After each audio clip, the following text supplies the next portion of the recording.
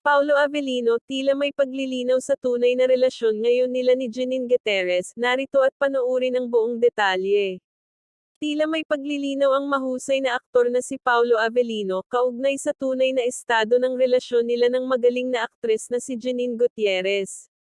Sa latest Facebook post ng aktor, nag-shared post ito ng isang art card na mula sa Facebook page ng Cinema Bravo, kung saan makikita sa larawan na magkasama sila ni Janine Gutierrez, at may nakasulat na, "Nakakatamad lam Andy, nagiging kaibigan lahat." Naging usap-usapan nga ito ng mga fans ni Paulo Avellino, Janine Gutierrez at Kim Chiu, dahil para sa kanila, nilinaw na daw ng aktor na si Paulo na magkaibigan lang sila ng kanyang napapabalitang girlfriend na si Janine Gutierrez, na tila siya umano ang pinatutungkulan nito sa nasabing Facebook post.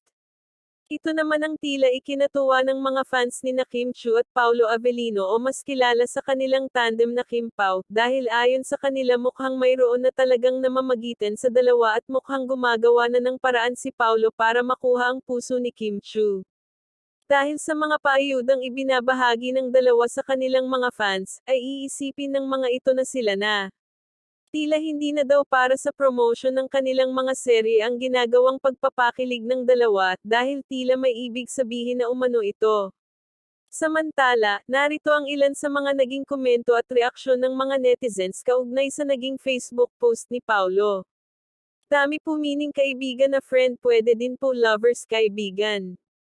Kim Pao talaga ang daming fans, sobra grabe talaga, may magic talaga sila, ang galing talaga ng love team na ta, road to forever na Kim Pao, ever. Huwag mo na pakawalan si Kimi Pao, bihira ka lang makatagpo ng girl kagaya niya, pure and loyal, #Kim Pao.